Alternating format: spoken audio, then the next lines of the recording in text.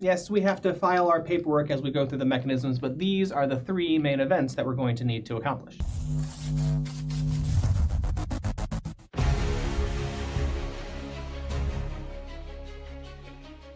Hey there, OChemNinjas. The acetal formation mechanism is one of the most prototypical mechanisms in the carbonyl unit. It's often one of the first complicated mechanisms that students encounter in the carbonyl unit.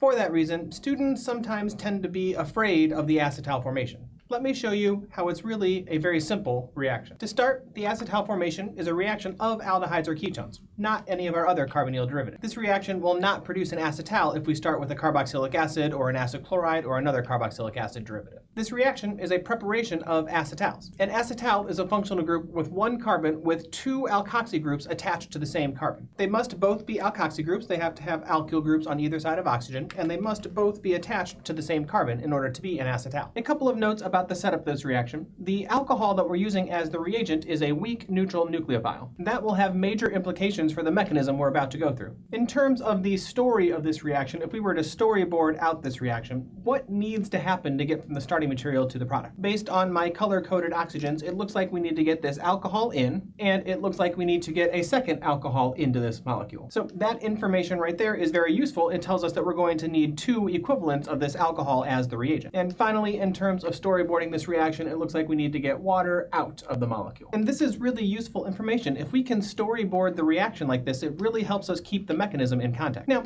as for the actual order of events, first we're going to get one alcohol in, then we will kick the water out, and then we'll introduce the second alcohol in this mechanism. From here, we can start to figure out how the story of the mechanism is going to unfold itself. These are the three main events that need to happen. The first thing that needs to happen is to get this first alcohol equivalent into the molecule. That implies that at some point this oxygen of the reagent is going to have to attack the carbonyl carbon. But this alcohol is a weak neutral nucleophile. If you're familiar with my story of the carbonyls, we know that weak neutral nucleophiles cannot directly attack carbonyls. If you're not familiar with my story of the carbonyls, I have that video linked in the description down below. It really helps you organize all of your carbonyl reactions in this unit. Because the weak neutral nucleophile cannot directly attack the carbonyl, that is why we have the sulfuric acid as a reagent. Throughout the course of this reaction, we are going to need several proton transfer steps in order to move us through our storyboard. I call the proton transfer steps the paperwork of the mechanisms. Yes, we have to file our paperwork as we go through the mechanisms, but these are the three main events that we're going to need to accomplish. We can see the same thing with water as our leaving group. This oxygen in the carbonyl does not have any hydrogens attached to it right now, but when it leaves, it has to have two hydrogens attached as water. That implies some proton transfer steps that we'll use as paperwork in the mechanism. Let's work through an example mechanism to see how all of this plays out on paper. From a mnemonic sense, their storyboard tells us this oxygen will leave as water, and two equivalents of ethanol will enter the molecule to form the acetal, so our product should look something like this, with two ethoxy groups attached to the carbonyl carbon. Before we start the mechanism, I want to let you know about my 90 sec mech playlists that I have linked down below. In that playlist, I go through organic chemistry mechanisms in a 90-second speed run to remind you of the key steps. One of those 90-sec mech videos that I have is the acetal formation, and I'll link to it in the description below, plus water as our byproduct. The first step in this mechanism is for ethanol to be protonated by sulfuric acid. This forms protonated ethanol as one of our proton transfer paperwork steps. It doesn't actually move us forward any in our storyboard to try and form the acetal, but the ethanol is more abundant than anything else in solution, so the first thing that happens when we add the sulfuric acid is the ethanol will get protonated, so we have to account for it. Second step in our mechanism is for the carbonyl to pick up the acidic proton. This is also a paperwork step. Doesn't actually move us forward in the storyboard, but it sets us up for our first key step in the mechanism. And don't forget, this protonated carbonyl is resonance stabilized. The first key step in our storyboard was to get the first equivalent of the ethanol into the molecule. Carbonyls are electrophiles. They're electrophilic at the carbonyl carbon, but only towards good, strong anionic nucleophiles. Ethanol is a weak neutral nucleophile. That's why we have to file the paperwork to protonate the carbonyl, so that even a weak neutral nucleophile can attack the carbonyl. This nucleophilic addition is our first real productive step of the mechanism that brings the first equivalent of ethanol into the molecule. If we look at this molecule, the next thing that we might consider is dropping a pair of electrons down from oxygen to kick out a good leaving group. The best leaving group in this molecule right now is the ethanol that we just added in. Why did I add that ethanol in? Because I kind of want it to stay, but right now it's the best leaving group. So I need to make this not the best leaving group, and maybe I need to make something else the best leaving group so something else can leave. To that end, we're ready to work our way towards step 2 in our storyboard, but we're not quite there yet. Water is not the best leaving group, the protonated ethanol is. Our next series of steps then are a couple of proton transfers, a couple of paperwork steps that I like to call the proton shuffle. We're going to take the proton off the group that we want to stay, and we'll put the proton on the group that we want to leave. The proton shuffle is a series of proton transfer steps that sets us up for our second key step in the mechanism. Now, as I look at this intermediate, the ethanol that I added in my first key step is not the best leaving group, but water is. Now I can ready for the second key step, kicking out water as a leaving group. To kick out water as a leaving group, we'll drop a lone pair of electrons down from the ethanol oxygen to kick out the good leaving group as water. This leaving group expulsion step kicks out water as our byproduct and completes step 2 of our storyboard. This resonance stabilized carbonyl is already set up for our third key step of the mechanism. Our second equivalent of ethanol is ready to attack the carbonyl. Now, ethanol is still a weak neutral nucleophile, but this carbonyl is positively charged and activated. Even though it's not a protonated carbonyl, it is activated and can be attacked by a weak neutral nucleophile. This nucleophilic addition adds in our second equivalent of ethanol and completes the third step of our storyboard. At this point, all of the key steps of our mechanism are complete, but this isn't our final product. What are we supposed to do about that? We'll file some more paperwork. We'll do another paperwork, a proton transfer to the end step to deprotonate our positively charged oxygen and form our desired product. This is the acetal mechanism. It looks very long.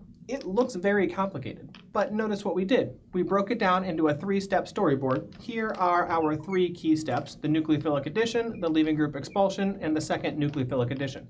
Every single other step is just a paperwork step. It's just a proton transfer step to set us up for key step 1, to change the leaving group to set us up for key step 2, and to get the product neutral for our final product. 3 steps and a bunch of paperwork. By organizing the reaction this way, it makes a really complicated reaction actually a lot simpler. I want to pause here for a second and call out this intermediate in the mechanism. I've redrawn it down here down below just to isolate it. This intermediate is neutral. That's unusual in this mechanism. Every single other intermediate is positively charged. As a neutral molecule, this intermediate is called a hemiacetal. And that name might make a little bit of sense. It's halfway to our full acetal. It incorporates one of the ethanol groups, but not the second one. It's a hemiacetal. One common error alert that I need to point out to you is that in a predict the product sense, a lot of times students will draw this hemiacetal as the final product instead of the full acetal. And in some respects, that really actually makes a lot of sense. Up to this point in the course, you've probably taken aldehydes and ketones and added things like Grignards or hydride source. And those types of good strong anionic nucleophiles directly attack the carbonyl, and then we do a proton transfer to the end, and we end up with an alcohol with whatever that nucleophile was added into the molecule. And the hemiacetal would fit that pattern.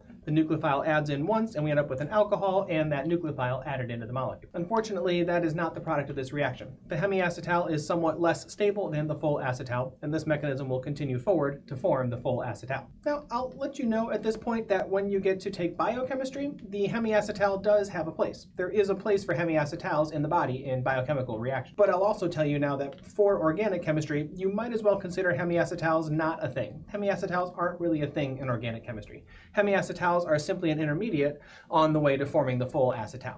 Don't get caught up. Don't draw the hemiacetal as your final product. The next important point to make about the acetal formation is that our alcohol reagent can either be 2 equivalents of a monoalcohol or 1 equivalent of a diol. All that is required for this mechanism is 2 hydroxyl groups adding to the carbonyl. They can be 2 separate monohydroxyl groups, monoalcohols, or 1 molecule that has 2 hydroxyl groups within the same molecule. Using a diol as a reagent in the acetal formation is very common. I'm not going to draw out the entire mechanism here because the mechanism is exactly the same. But I do want to call out one step that might throw you off. If I were to talk through this mechanism, I would see a carbonyl that's electrophilic at carbon towards good strong anionic nucleophiles, but our reagent is a weak neutral nucleophile. It can't directly attack the carbonyl. So like we did before, we would start by protonating the alcohol and then transferring that proton to the carbonyl to make an activated carbonyl so even a weak neutral nucleophile can attack. That intermediate would have the diol attached with an extra hydroxyl group and the positive charge on that oxygen. Like we saw before, that group would then be the best leaving group, but I don't want it to be the best leaving group. I just added it in. I want it to stay.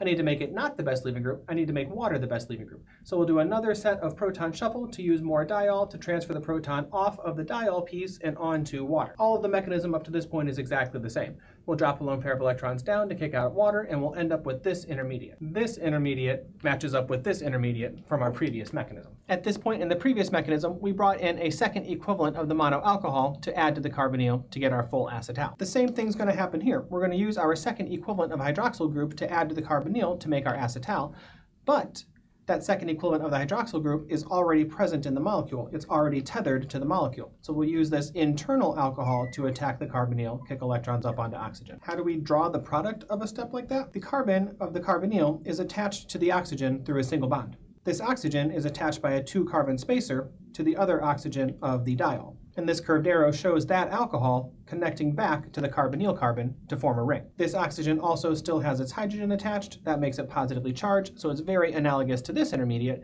except instead of two ethyl groups sticking out, we have that tether connecting the two oxygens to make a cyclic acetal intermediate. We'll always have the carbonyl carbon and the two oxygens. Because this had a 2-carbon spacer, this made a 5-membered ring. We could have had a 3-carbon alcohol that would form a 6-membered ring for our cyclic intermediate. Mechanistically, chemically, there's nothing different between this oxygen attacking the carbonyl to form the cyclic ring and bringing in a second equivalent of the alcohol to attack the carbonyl to make an acyclic acetal. It only looks funny visually because the two oxygens are tethered together to form a ring.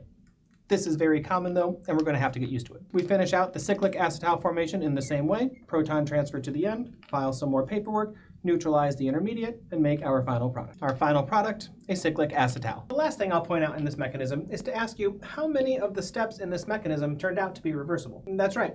Every single step in this mechanism is reversible. This is a completely reversible mechanism. This reaction is in equilibrium. That means we can take an acetal and turn it back into a carbonyl. In the forward direction, we took a carbonyl, added alcohol and acid to make the acetal. In the backward direction then, we would take the acetal, add water and acid to turn it back into the carbonyl. That process is called hydrolysis. I'm not going to go through that mechanism here, but I have a separate video on that I will link to down below. But you might imagine the mechanism might go something like this. We need to kick out these ethanol groups as leaving groups, but they're not leaving groups yet. So with water and acid, maybe we could protonate one of these groups, drop a pair of electrons down to kick out ethanol, and maybe form an intermediate that looks like this. Then, instead of ethanol attacking, water could attack to get us here with water as our best leaving group. We didn't want water to be the best leaving group, so maybe we can do a proton shuffle to make ethanol the best leaving group. Then we can kick out ethanol to reform the carbonyl. Final proton transfer to the end would get us back to the carbonyl. That's the beauty of these equilibrium mechanisms and the principle of microscopic reversibility. The reverse mechanism is exactly the same as the forward mechanism, just backwards. Arrow for arrow, bond for bond, step for step, the reverse mechanism is exactly the same as the forward mechanism. The last point that I'd like to make in this video is that acetals are often used as a protecting group strategy for aldehydes and ketones. If you'd like more information about protecting groups, I have an entire playlist on protecting groups that I'll link to down below. Let's pretend you're on an exam and you have a predict the reagent question where you're trying to turn this ester into this alcohol. Maybe you've gotten to esters, maybe you haven't yet. That's not really the point. The point is that to turn this into the alcohol, you might think about adding an ethyl grignard followed by some kind of acid quench. And that's not a bad choice. The ethyl grignard will react with the ester twice to form the tertiary alcohol. Again, if you haven't gotten there yet, don't worry about it, you will. But this would ultimately be an incorrect answer. Can you see why? If you're just now learning about acetals, you probably have previously learned that grignards can react with ketones to form alcohols. If I were to take this starting material and add ethyl grignard, the ethyl grignard, yes, would react with the ester, but it would also react with the ketone, and I don't want it to in this product. The actual product of this sequence would be tertiary alcohols at both positions. That's not what is indicated in this question. So what should we do about it? How could we actually form this product? We can use our new acetal formation reaction as a protecting group strategy. Recall that the acetal formation reaction is a reaction of aldehydes and ketones only. This reaction does not produce acetals from acid derivatives, like ester. So we could start with a step 1 where we add the acetal. For protecting groups, we tend to use cyclic acetals. Using a diol with sulfuric acid would turn the ketone and the ketone only into the cyclic acetal. That masks the reactivity of the carbonyl. This carbon is no longer electrophilic, so then we could go with a step 2 where we add our ethyl grignard, followed by some kind of acidic quench. With the carbonyl sufficiently protected, we could add the grignard to form the tertiary alcohol that we want. All that's left is to deprotect the carbonyl, turn it back into the carbonyl ketone. And we can do that using hydrolysis conditions by adding acid and water. This 3-step protecting group sandwich strategy allows us to turn the starting material into the product, keeping the ketone ultimately intact. And this is why acetals are most commonly used as protecting groups for aldehydes and ketones. They mask the electrophilicity of that carbonyl carbon so we can do some competing reaction and then reveal the carbonyl carbon again later. Here is our reaction card for acetal formation. Our 3-phrase sentence for acetal formation: an aldehyde or a ketone reacts with an alcohol and acid to make an acetal. We need to know that 3-phrase sentence in all possible combinations. An aldehyde or a ketone reacts with an alcohol and acid to make an acetal. Alcohol and acid turns an aldehyde or a ketone into an acetal. And an acetal is made when an aldehyde or a ketone reacts with an alcohol and acid. Some notes for this reaction: we need a source of 2 hydroxyl groups. whether that's 2 monoalcohols or 1 diol. Every step in the mechanism is reversible. It's an equilibrium reaction, so we can add an acid and water in hydrolysis conditions to turn an acetal back into a carbonyl. And one of the most common places we see acetals in this course is used as protecting groups for aldehydes and ketones. Some tags for this reaction: this is a regioselective reaction. It only reacts with aldehydes or ketones, not other acid derivatives. It is non-stereoselective. In fact, we don't even form a stereocenter in this molecule, and it's redox neutral. Both the carbonyl and the acetal are at the 2-CZ bond oxidation level. Thanks for training with us today, ninjas. Check out this other content to see if you can level up even further. As always, don't forget to like and subscribe.